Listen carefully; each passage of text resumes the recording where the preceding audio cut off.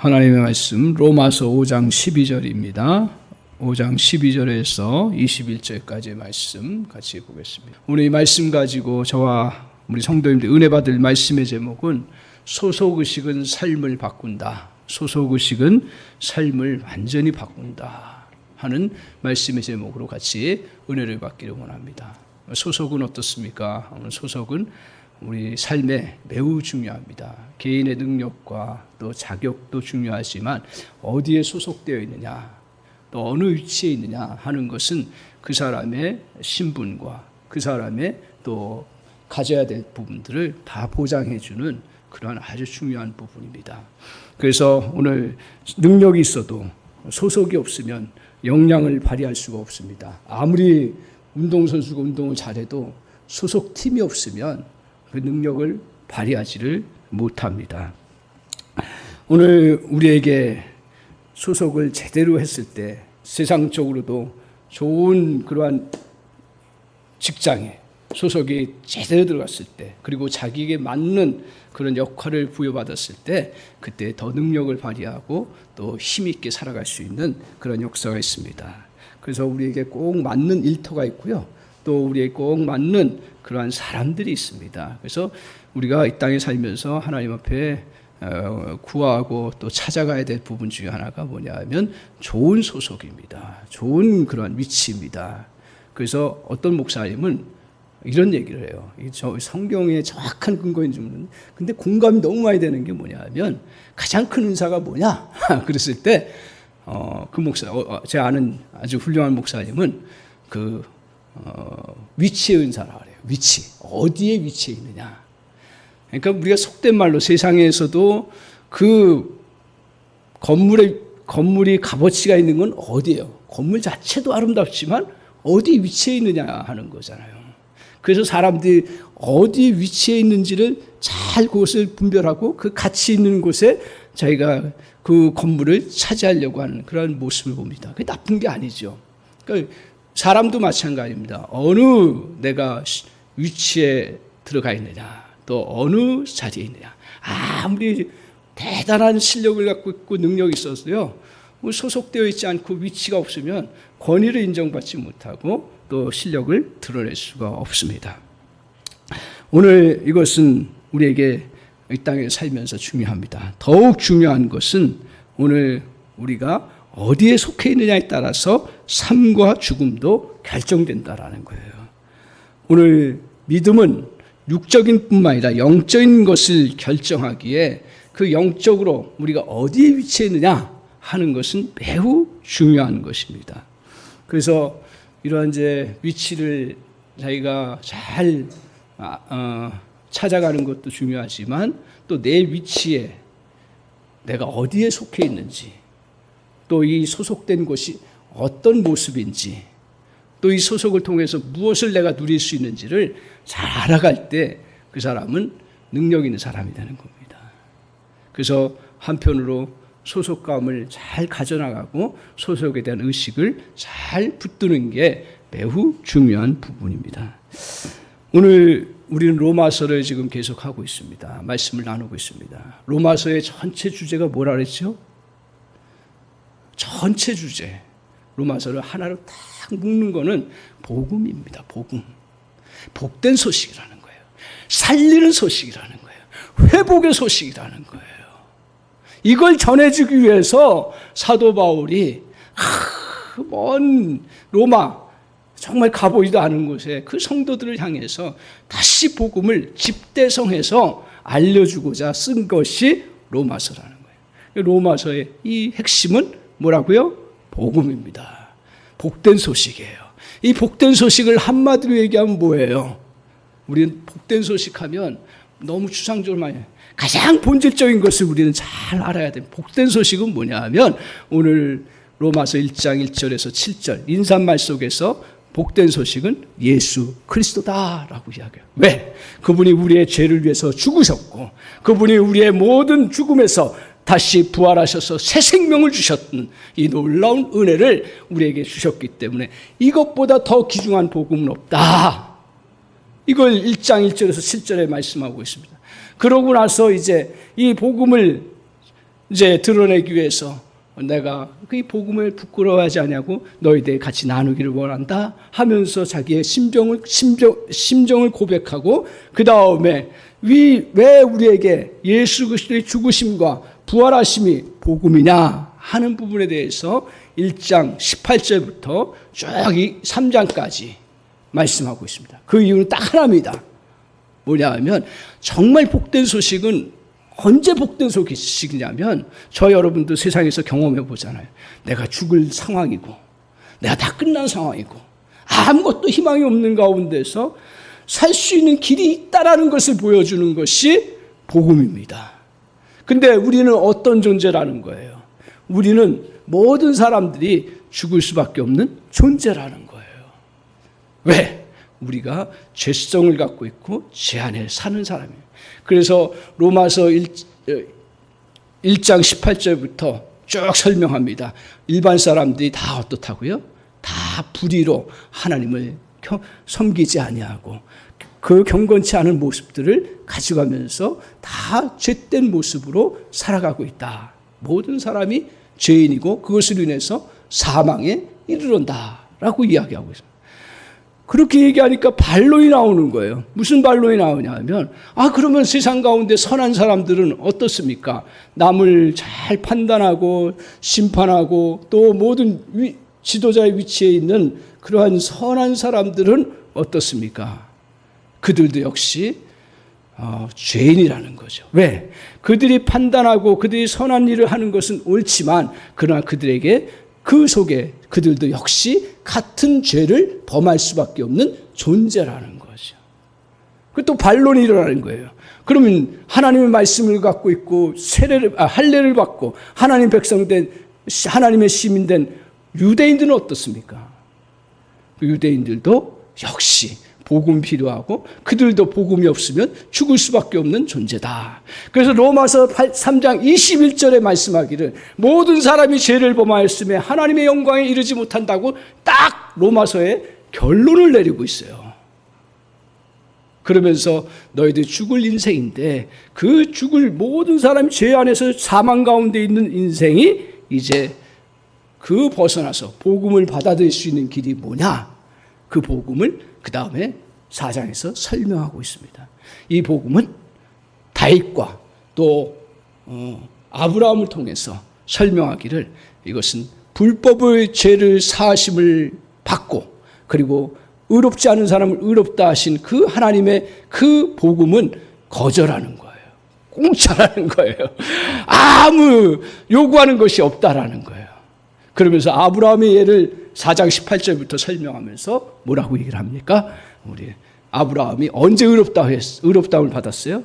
믿음의 선조인 아브라함이 언제 의롭다움을 받았어요? 그가 25년 동안 믿음을 잘 지켰기 때문에 의롭다 하셨습니까? 아니에요. 15장 6절에 하나님께서 너의 후손을 이렇게 별과 같이 주겠다고 하는 그 말씀, 아무것도 자기 자녀가 없고 아무것도 없는 상황 속에서 그렇게 하늘을 바라보면서 가리키면서 너에게 이 빛처럼 이 별처럼 수많은 믿음의 자녀들을 주겠다고 하는 그 약속을 다시 상기시켰을 때 아브라함이 어떻게 했어요? 그걸 그대로 믿었다. 그래서 이 믿음을 가지고 하나님이 그의 의로 여기셨다라고 이야기하고 있습니다. 너희들도 이처럼 너희가 도저히 생각할 수 없고 도저히 불가능하다고 하는 그런 생각들 그걸 지워버리고 하나님의 약속하신 말씀 따라서 하나님이 우리의 정말 진정한 하나님이 되신다. 예수 그리스도가 나의 구원자가 되신다는 것을 믿으면 구원을 받겠다라고 말씀하고 있습니다. 이 믿음을 통해서 구원의 선물을 저와 여러분이 받았다라는 거예요. 여기서 4장까지 결론이 납니다. 그 다음 5장에 그러면 어떤 내용을 이야기하고 있습니까? 5장부터는 그러면 구원받은 자가 첫 번째 표식으로 나타나는 그 표징, 그것을 단도직적으로 설명하고 있습니다. 뭐냐 하면 그것은 바로 하나님과 화목하게 된 그 놀라운 은혜를 덧입었는데 그 은혜를 덧입은 자는 어떤 것이 나타나는 거예요? 기쁨과 평강이 넘친다라. 그래서 지난 시간에 같이 맥주절 전에 우리가 지난 기쁨의 샘을 만들라 그랬어요. 샘을 펼쳐나가라고 그렇게 말씀하고 있습니다. 우리 그리스도인들이 죽을 일 쌓였고 고통스러운 일 많지만 그러나 그리스도 안에서 우리는 기쁨을 누리는 그런 존재가 되었다라고 이야기하고 있습니다. 그리고 어떤 것에도 흔들리지 않는 평강의 은혜, 평안의 은혜를 누리는 그런 복된 자리에 서게 되었다라고 말씀하고 있습니다. 그것이 4장, 오늘 5장 11절까지의 말씀입니다. 오늘 본문 말씀은 그러면 오늘 우리가 이제 구원받은 자로서 세상 가운데서 어떻게 살아가야 되는가 첫 출발점이라고 볼 수 있는데 이때 우리에게 명확하게 설명하시 분명하게 붙잡게 하는 너의 소속이 어디인지를 분명하게 붙잡고 살아가라. 오늘 초대교회 특히 로마교회 교인들은 예수 믿으면서 정말 은혜도 많이 받았지만 그 끊임없이 세상에 도전이 오고 공격이 오고 핍박이 오고 삶의 곤고함이 정말 그들을 향해서 계속 공격해 올 때 그것을 이겨나가고 승리할 수 있는 토대가 뭐냐? 소속의식을 명확하게 하라는 거예요. 오늘 본문은 두 가지로 딱 나눠집니다. 뭘로 나눠지냐면 소속이 두 소속으로 나눠집니다. 아담, 그 다음에 우리 그리스도 안, 두 가지로 딱 나눠집니다. 자, 그러면 먼저 이제 우리가 이 말씀을 통해서 저와 여러분이 잘 알고 있는 거지만 그는 다시 복음 안에서 성령께서 깨닫게 하셔서 내 소속이 어딘가, 그리고 그 소속은 어떤 모습인가, 그리고 그 소속의 능력을 나타내려면 어떻게 살아가야 되는가 하는 것들을 저 여러분이 그냥 지식으로 듣지 아니하고 생명처럼 붙잡고 그것을 펼쳐나가면서 살아가는 은혜가 있기를 바랍니다. 그럴 때 분명하게 말씀드릴 수 있는 것은 오늘 복음의 능력이 저와 여러분에게 나타나는 그런 삶이 될 줄 믿습니다. 그래서 소속의식은 삶을 바꾼다라고 말씀하고 있습니다. 그래서 먼저 우리의 소속, 우리가 어떤 소속에도 우리는 많은 소속 가운데 살아가고 있습니다. 세상 가운데. 근데요, 이 세상의 소속들은 너무 잘 알아요. 내가 어느 학교 출신인지, 내가 어느 지방 사람인지, 내가 또 어느 직장에 속해 있는지, 그리고 그것에서 유익이 뭔지는 다 잘 알아. 근데 정작 우리에게 본질적인 소속, 내가 어디에 속해 있었는지, 그리고 지금 어디에 속해 있는지를 그걸 흐릿하게 알아요. 알기는 알아요. 예배 자리에 나온 우리 성도님들 알기는 알아요. 우리는 먼저, 그러면 우리 소속이 어디에 먼저 소속되어 있다 그랬어요? 우리는 먼저 어디에 소속되어 있던 자들입니까? 아담 안에 소속되어. 12절을 한번 보십시오. 12절 같이 한번 읽겠습니다. 같이 한번 읽겠습니다. 시작. 그러므로 한 사람으로 말미암아 죄가 세상에 들어오고 죄로 말미암아 사망이 들어왔나니 이와 같이 모든 사람이 죄를 지었으므로 사망이 모든 사람에게 이르느니라. 자, 아담 안에 들어왔는데, 아담 안에 있었는데 그 아담의 세상은 어떤 세상이에요? 이건 누구에게나 예외 없는 세상이에요. 우리가 전에 속해 있던 그런 모습이에요. 지금도 우리에게 영향을 미치는 세상이에요. 그 세상이 어떤 세상이냐면, 자 보세요. 그 세상은 죄가 세상에 들어왔고 죄로 말미암아 사망이 들어왔어요. 근데 그것을 끝나는 것이 아니라 그 다음에 뭐예요? 사망이 모든 사람에게 이르렀느니라 라고 이야기하고 있습니다. 좀 더 나가면 뭐라고 얘기하냐면 사망이 왕노릇하였다라고 이야기하고 있습니다.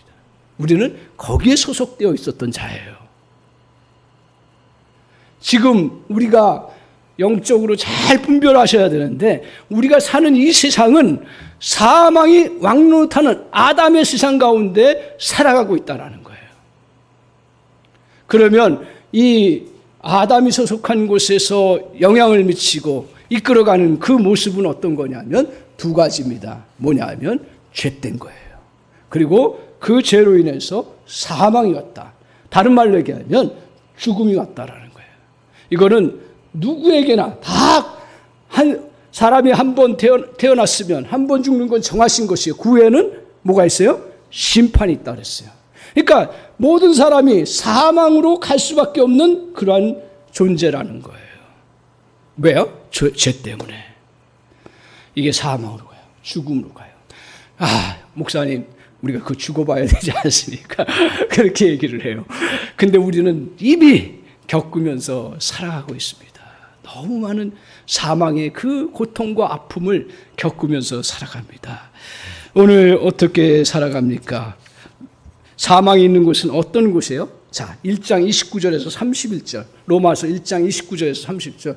아마 나올 수 있을 거예요. 뒤에 우리 네. 자, 같이 한번 읽어볼까요? 우리 사망이 지배하는 세상의 모습은 어때요? 사망이라니까 너무 추상적이에요. 근데 로마서 이미 다 말씀하고 있어요. 사망이 지배하는 세상의 모습은, 자, 같이 한번 읽겠습니다. 시작. 곧 모든 불의, 추악, 탐욕, 악의가 가득한 자요. 시기, 살인, 분쟁, 사기, 악독이 가득한 자요. 수군하는 자요. 그 다음 비방하는 자요. 하나님께서 미워하시는 자요. 능욕하는 자요. 교만한 자요. 자랑하는 자요. 악을 도모하는 자요. 부모를 거역하는 자요. 그 다음 또 우매한 자요. 배약하는 자요. 무정한 자요. 부자요. 이거 우리 공감하면서도 좀 먼 말씀으로 생각을 해요. 근데 이 지금 많은 그 사망의 세력이 지배하는 곳에서 불의, 배약, 무자비 쫙 이야기 나누는데 이걸 한마디로 얘기하면 뭘 얘기할 거예요? 이게 너무 이제 먼 이야기처럼 느껴지니까 공감은 하는데 먼 이야기처럼 생각하니까 나는 이 사망의 세력에서 영향을 안 받아. 그리고 나는 상관없어. 그렇기 때문에 여러분이 편하게 발 뻗고 사시는지 모르겠는데 알고는 있어야 되는 거예요. 저의 한마디가 뭐냐면 저거는 자기 중심이 사상이에요. 왜 불의를 합니까? 내 유익을 위해서 하다 보니까 숨기기도 하고 잘못된 것들을 감추고, 탐욕은 왜 내 거 가지고 가려고 하니까. 다 보세요. 추악한 게 왜 그냥 내 속성대로 다 끌어당기려고 하니까 추악함이 나타나는 거예요. 악이, 그 다음에 시기, 나를 높이려고 하다 보니까 시기가 나타나는 거죠. 다 본질적인 게 뭐예요? 다 자기 중심이고, 더 나아가서는 자기 자랑이고, 더 나아가서는 뭐예요? 이걸 한마디로 얘기하는데 자기 숭배예요. 여러분, 나는 나 숭배한 적 없습니다. 이렇게 얘기할지 모르는데 잘 보십시오. 다 자기 잘났다고 그러고 다 자기 의롭다 하고 자기 딱 욕구 충족시키면서 살아가는 그 인생이에요. 이해가 없어요. 물론 제가 로마서를 말씀드리면 우리는 보편적인 도덕과 양심을 하나님께서 주셨기 때문에 그거에 따라서 하는 것처럼 보이지만 본질적으로는 그쪽으로 갈 수밖에 없다는 거예요. 그렇다면 이렇게 자아숭배의 사상으로 나타나는 그 세상의, 그 아담의 세상, 사망이 지배하는 이 세상의 흐름은 어떻게 가느냐? 이 법칙은 제가 이렇게 묵상하면서 깨달은 게 뭐냐 하면 중력 법칙이에요. 여러분 이제 중학교만 돼도 이 중력 법칙을 다 알아요. 이 세상 그냥 편안하게 우리가 아무 지배당하지 아니하고 살아가는 것처럼 보이지만 중력 법칙은 여러분 잘 알다시피 어떻습니까? 다 밑으로 떨어지는 거예요. 그렇죠? 그렇기 때문에 어떻게 보면 땅에 사는지 모르겠어요. 그냥 떠 있으면 살 수가 없겠죠. 하여튼 다 떨어지는 거예요. 다 안에. 그래서 우리 존재가 이 땅에서 이제 살면서 다 이제 이렇게 뭐든지 물체도 들지 않으면 떨어져요. 이것도 떨어져요. 근데 안 떨어지는 게 있어요.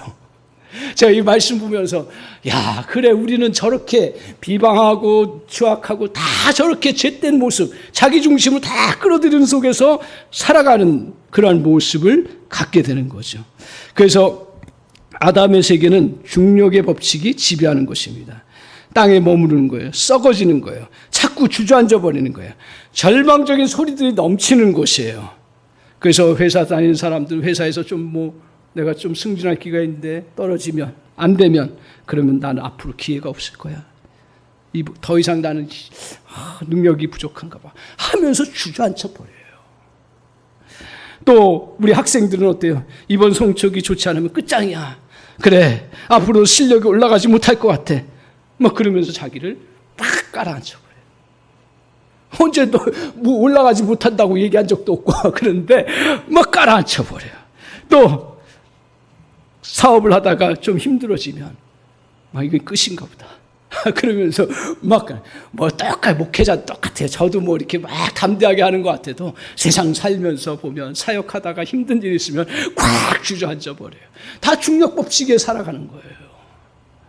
가정적으로도 어려운 일이 오면 평생 내가 이거 벗어날 수 없을 거구나. 자녀가 조금 뭐 어떤 사춘기를 지나가면 어때요? 골칫덩어리 나의 자녀가 나의 삶에 이게 짐이 되겠구나. 무게로 다가와서 더 이상 내가 이겨낼 수 없어. 이게 다가오니까요. 그리고 두려움이 다가오니까 두려움 때문에 아이들을 더 재촉하고 막 요구하는 거잖아요. 이게 사람마다 다르긴 하지만 그 영향 속에 모두가 어떻게 돼요? 죽음을 향해서 이게 사망이 지배하는 왕노릇하는 곳입니다. 사망의 세력하에서 살아가고 영향을 받거나 지배를 당합니다. 그러면서 이렇게 살아가면서 자기도 그렇게 할 뿐 아니라 다른 사람이 그렇게 살아가는 것도 옳다라고 얘기를 해요. 그러면서 같이 함께 살아갑니다. 이런 세상 속에 우리가 있습니다. 그런데 물론 우리가 지금 로마서를 보면서 주제가 뭐라 했어요? 주제가 뭐예요? 복음이에요. 자, 복음을 받은 우리는 달라진다는 거예요.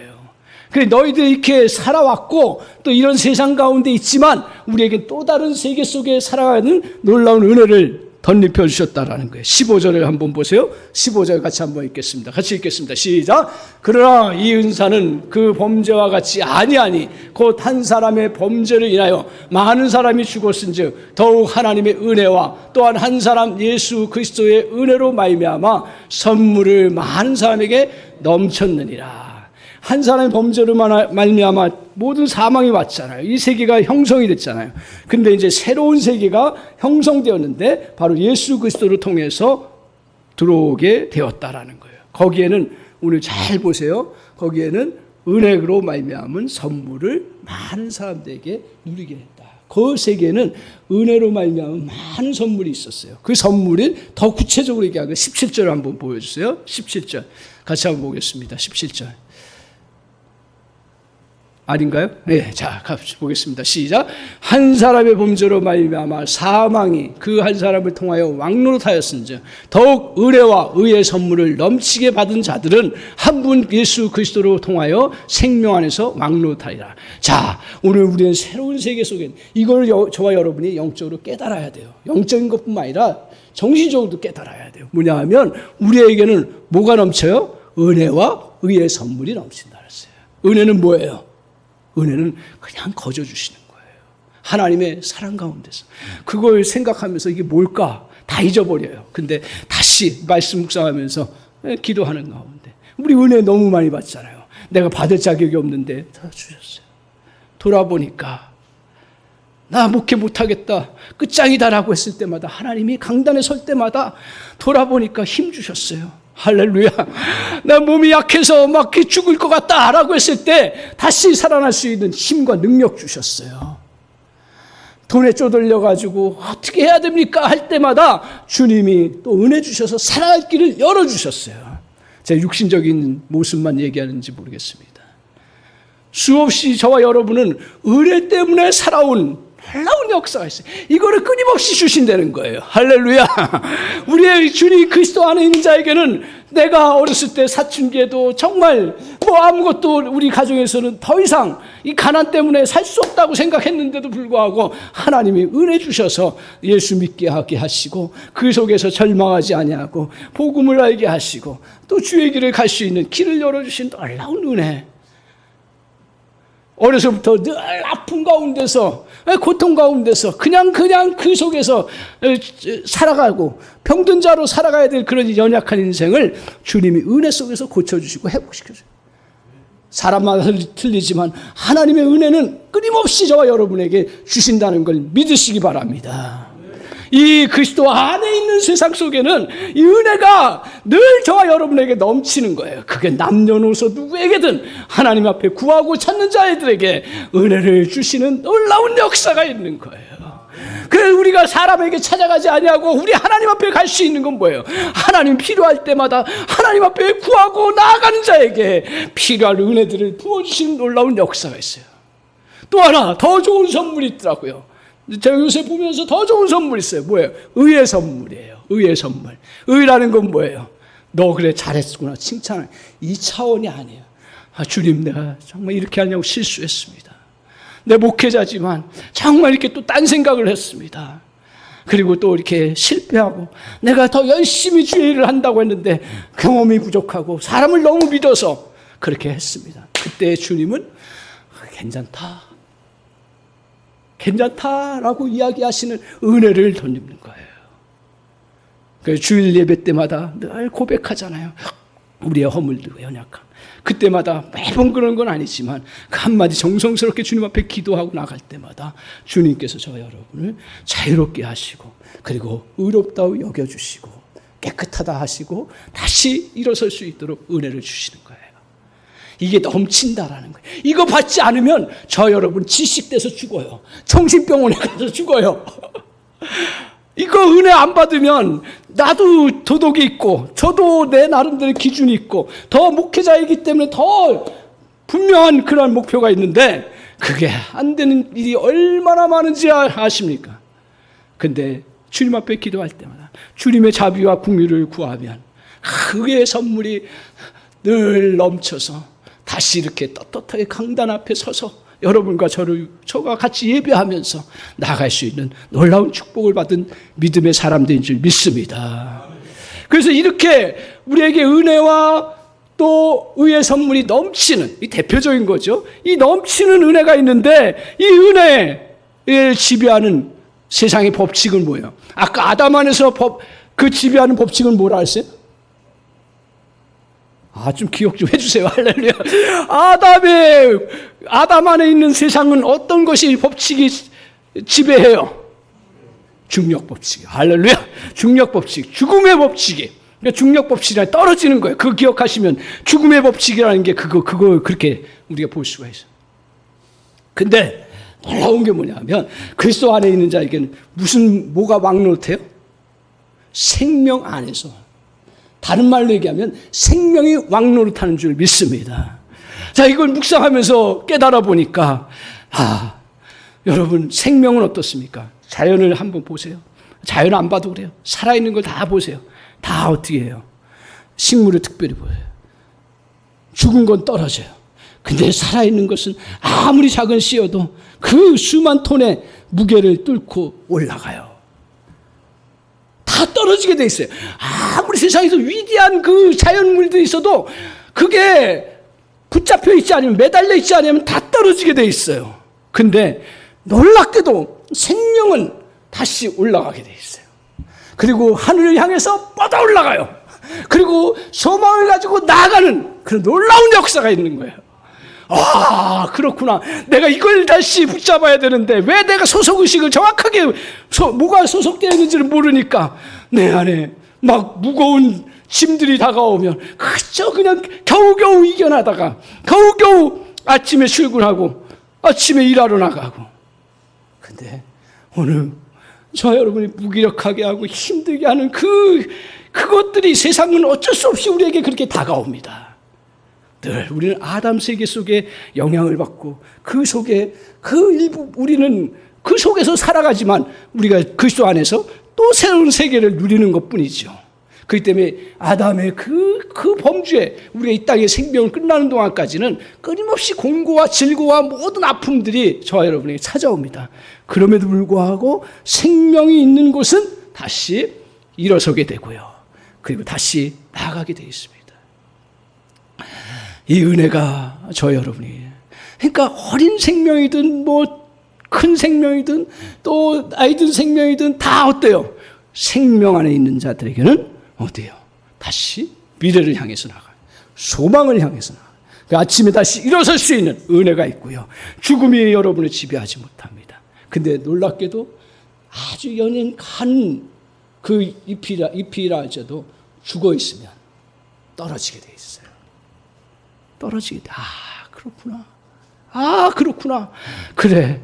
내 인생 우리 주님 안에서 생명을 딱 붙잡고 있는 그 이상은 다시 일어서는 역사가 저와 여러분에게 이루어지는 줄 믿습니다. 그래서 오늘 우리에게 이러한 은혜의 역사, 이 생명이 왕노릇하는 역사가 있는데 그 역사 속에는 어떤 것이 나타나냐면 2장 10절을 한번 보여주세요. 2장 10절. 같이 한번 읽겠습니다. 시작. 선을 행하는 각 사람에게는 영광과 존귀와 평강이 있으리니 먼저는 유대인에게요 그리고 헬라인에게라. 자 보세요. 선을 행하는 사람, 저건 뭐 우리 집사님들 중에도 구제 많이 하고, 물론 그거는 믿음 안에서 하면 그게 선이죠. 근데 저기서 선은 뭐예요? 우리를 의롭다 하신 그 은혜, 의의 은혜를 덧입은 사람들이에요. 저걸 잘 보세요. 성경에서 선, 의 이거 얘기할 때마다 세상적인 그러한 도덕적인 윤리적인 것 가지고 대버리면 아무런 적용이 안 되는 거예요. 오늘 믿음 안에서 정말 하나님의 뜻대로 살려고 하고 하나님과 함께 주님과 더불어 살아가는 사람에게는 뭐가 나타나요? 세 가지로 봅니다. 첫 번째 영광, 두 번째 존귀, 세 번째 평강. 이렇게 요약하고 있습니다. 영광 지난 시간에 같이 나눴죠. 영광이라니까 너무 추상적으로 보여요. 근데 그 영광 추상적일 수밖에 없죠. 우리가 주님 나라에 갔을 때 그 영광스러움을 말로 표현할 수 있습니까? 근데 우리가 이 땅에 사는 동안 이 영광은 주님이 역사하심과 일하심을 우리 속에서 드러내신다는 거예요. 저와 여러분을 통해서 뭔지 몰라도 주님은 우리를 통해서 일하시고 역사하시는 놀라운 은혜가 이루어져 나간다는 거예요. 그러니까 우리의 그리스도 안에 속해 있는 생명 안에 거하는 자에게는 주님이 일하시는 게 보여요. 그리고 주님이 일하시는 것들이 느껴지고 체험되는 거, 이게 바로 신앙생활의 과정입니다. 그러니까 아무리 내가 힘든 무거운 속에 있을지라도 그 작은 새싹이 거기서 정말 뿌리를 두고 주님 안에 생명을 두고 나아가면 그 무거운 것들을 이겨나가요. 사람들은요 평가를 저건 아무것도 아니라고 해요. 그렇지만 그 씨앗과 그 식물에게는 놀라운 그 생명의 역사가 펼쳐지는 거예요. 마찬가지로 오늘 그리스도인들에게도 우리 주님의 옆에 뿌리를 두고 나아가면 남들은 알 수 없지만 나만이 알 수 있는 하나님의 영광이, 하나님의 역사하심이 나타나는 놀라운 은혜가 있는 줄 믿습니다. 그렇기 때문에 우리는 그것 때문에 기뻐하고 즐거워할 수 있는 거예요. 그 다음 두 번째는 뭐예요? 존귀함이 나타나는 거예요. 여러분 그리스도 안에서 오늘 장로님도 기도했지만 정말 우리는 하나님의 거룩한 제사이고 하나님의 나라고 하나님의 자녀인 이 존귀한 신분이 저 여러분 속에서 드러나게 된다라는 거예요. 그리고 평강이 이루어지는 은혜가요. 평강은 모든 것을 결정짓는 가장 중요한 그러한 은혜 중에 하나입니다. 평안함의 은혜가 이루어지는 거예요. 빈에 처하나 부에 처하나 또 내가 어떤 정말 어려움에 처하나 또 정말 기쁨에 처하나 다 주님 안에서 우리에게는 평강의 역사가 있습니다. 물론 우리가 세상의 바람을 다 쐴 수밖에 없고 비를 맞을 수밖에 없고 뜨거운 태양볕에 할 수 있지만 생명 있는 자는 어떻게 해요? 잠시 흔들리는 것처럼 보이고 잠시 시들어 보이는 것처럼 보이지만 다시 생명을 펼쳐나가는 놀라운 역사가 있어요. 그게 바로 평강의 은혜의 역사를 누리는 자의 모습입니다. 사랑하는 성도 여러분, 오늘 우리는 이런 소속에 속해 있다는 걸 꼭 기억하시기 바랍니다. 다시 묵상하세요. 다시 마음속에 그걸 기억하세요. 특별히 천만 근의 무거운 흙더미가 나를 더 나아가서는 돌덩이까지 오더라고요. 올 때마다 다시 주님! 여기서 영적인 싸움인데요. 여기서 지지 않겠습니다. 나 주님의 생명 안에 속해 있습니다. 그리스도 안에 있는 자에게는 생명이 왕노릇하는 줄 믿습니다. 그 다시 일어납니다. 다시 새로워집니다. 다시 소망을 갖습니다. 다시 미래를 향해서 나아갑니다. 오늘 그 은혜가 저 여러분에게 이루어지는 줄 믿습니다. 두 번째로 오늘 우리가 이 새로운 소속에 따라서 살아가야 합니다. 크게 우리가 이 소속 시스템 안에 들어가서 이제 살아가는데 이 살아가는 자들에게는 어떤 은혜가 있냐 하면 오늘 먼저 시편 46편 1절을 한번 보여주십시오. 오늘 우리에게 세상에는 공고와 아픔이 있어요. 그러나 이 소속 안에 있는 사람들에게는 같이 한번 읽겠습니다. 시작. 하나님은 우리의 피난처시여 힘이시니 환난 중에 만날 큰 도움이시다. 우리 주님은 주님의 소속 안에 있으면 뭐예요? 피난처라 했어요. 가장 안전한 피난처가 되고 누구도 건들 수 없는 그러한 곳입니다. 시편 61편 8절에 보세요. 같이 한번 읽겠습니다. 시작. 그리하시면 내가 주의 이름을 영원히 찬양하리. 매일 나의 소원을 이행하리이다. 좀 잘못 구절했는데 제가 읽겠습니다. 백성들아 시시로 그를 의지하고 그 앞에 마음을 토하라. 하나님은 우리의 피난처시로다. 시시로 도하라고요. 하나님 우리의 피난처, 안전하게 우리를 보호하시는 그 소속되어 있는 자에겐 누구도 건들 수 없는 거예요. 사단도 건들 수 없어요. 영향은 미칠 수 있지만 사단도 건들 수 없고, 이 확신 가지시기 바랍니다. 그리고 또 요한일서 5장 18절 한번 보여주십시오. 같이 읽겠습니다. 시작. 하나님께로부터 난 자는 다 범죄하지 아니하는 줄 우리가 아노라. 하나님께로부터 나신 자가 그를 지키심에 악한 자가 그를 만지도 못하느니라. 악한 자가, 사단이, 어둠의 세력들이, 또 어떤 악한 것들이 저와 여러분을 만지도 못하는 놀라운 역사가 있습니다. 이 믿음은 굳건하게 붙잡으시기 바랍니다. 이걸 우리가 그리스도 안에 소속된 자가 삶 속에서 살아가야 될 때 나에게 보호하심과 그리고 하나님이 나를 지키셔서 악한 것에 영향을 받지 않도록 인도해 주신다는 사실이에요. 그러면서 오늘 우리가 이 소속된 자로서 살아갈 때 이것이 능력으로 나타나야 되는데, 능력으로 나타나기 위해서 꼭 하나 당부드리는 거, 오늘 말씀을 통해서 당부드리는 건 뭐냐 하면 오늘 선포해야 한다는 거예요. 선포하십시오. 선포할 때 이 소속의 능력이 나타납니다. 경찰이 자기가 제복 입고 가만히 있어요. 그러면 누가 차가 섭니까? 안 서요. 우리가 아무리 그리스도에 소속되어 있고 아무리 그 속에 내가 보호받고 한다 할지라도 능력으로 나타나려면 어떻게 해야 돼요? 선포해야 되는 거예요. 말로 고백해야 되는 거예요. 다른 이유가 없어요. 내가 어디에 소속된 자고 어떤 사람이라는 것을 세상 가운데서도 밝힐 때 그 능력이 나타나는 거잖아요. 알아주면 다행인데 알아주지 않을 때가 얼마나 많은지 몰라요. 오늘 우리도 내 자신이 그것을 알고 있음에도 불구하고 나에게 능력으로 나타나려고 하려면 선포해야 되는 거예요. 선포할 때 세 차원에서 듣는다고 합니다. 첫 번째, 누가 듣느냐? 선포할 때 가장 먼저 듣는 사람이 누구냐 하면 본인이에요. 살아가면서 느끼실 거예요. 내가 그냥 뭐 힘이 빠지고 뭐 실패하고 그래서 막 했어도 나는 주님의 자녀고 나는 이것을 이겨낼 수 있는 그 능력이 있고, 그리고 나에게 능력 주시는 자에서 모든 것을 할 수 있다! 선포할 때 누가 먼저 들어요? 내가 먼저 들어요. 그렇기 때문에 다른 사람에게 자꾸 뭐 이렇게 한다라는 것보다도 자신에게 먼저 한다라는 걸 먼저 기억하고 나아가는 자세가 필요해요. 그렇기 때문에 아무에 없을 때도 선포하는 게 매우 중요합니다.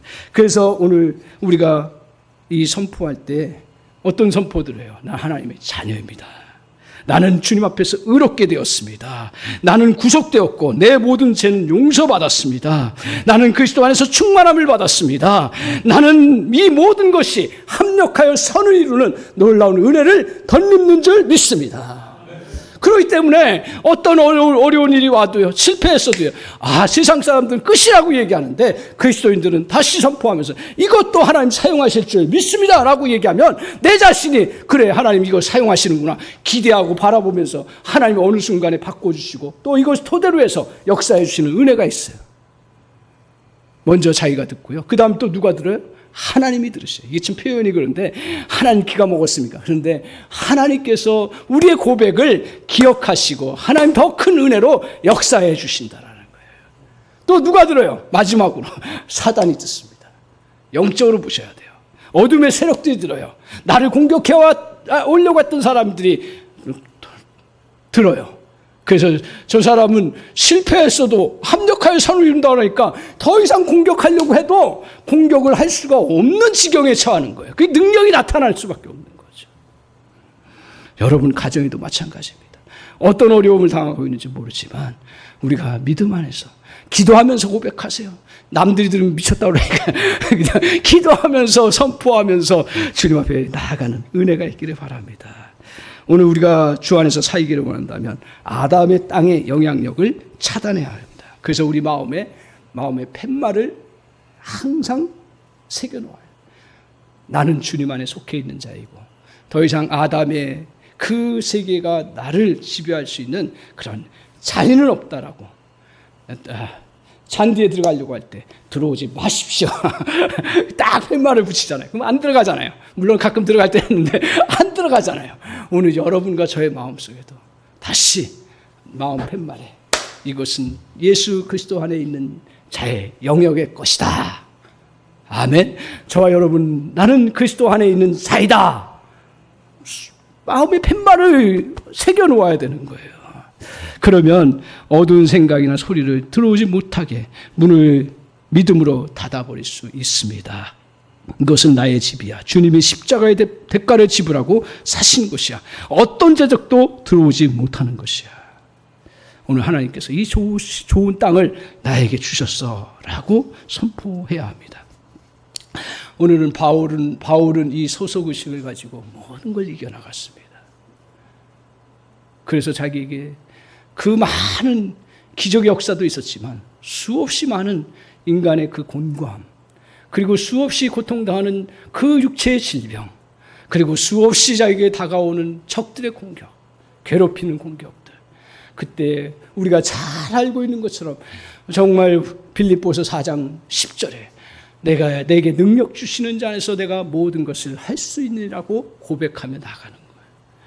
내가 힘이 있기 때문에, 내가 자신감이 있기 때문이 아니라 내가 그리스도 안에 속해 있기 때문에 그리스도께서 나에게 은혜와 또한 수많은 의의 선물을 주시고, 그리고 평강과 존귀와 또한 우리에게 정말 영광을 주시는 놀라운 은혜가 있기 때문에 내가 그리스도 안에서 모든 것을 할 수 있습니다.